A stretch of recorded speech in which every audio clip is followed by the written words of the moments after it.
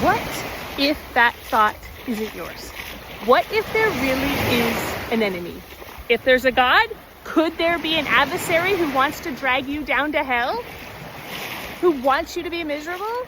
My name is Jen McBride with All Is Light, and I am dedicated to helping people escape the victim mindset, to learn to overcome betrayal, to learn the psychological and spiritual principles that can set you free and help you find joy in Jesus Christ. I've been to hell and back. I have found healing in Jesus Christ. And there was one day I was sitting with my therapist and I was sharing some thoughts that I was ashamed of.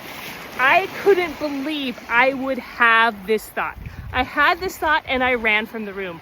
I was so ashamed, and to sit in his office and tell him what I had been thinking and considering was the most shameful experience of my life. And he just sort of sat back and said, what if that thought isn't yours? That had never occurred to me.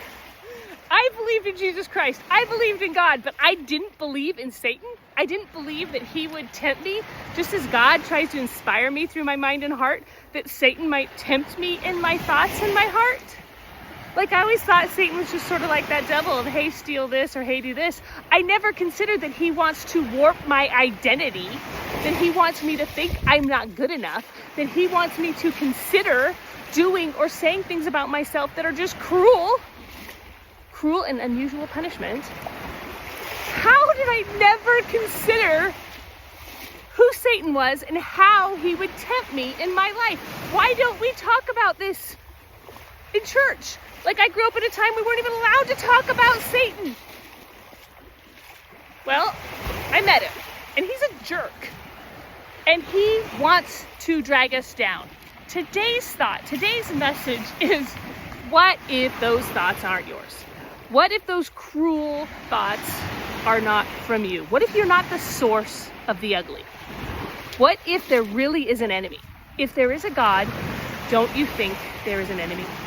Wouldn't there be an adversary who is trying to tempt us? And if God speaks to us in our heart and mind, wouldn't Satan try to sabotage us?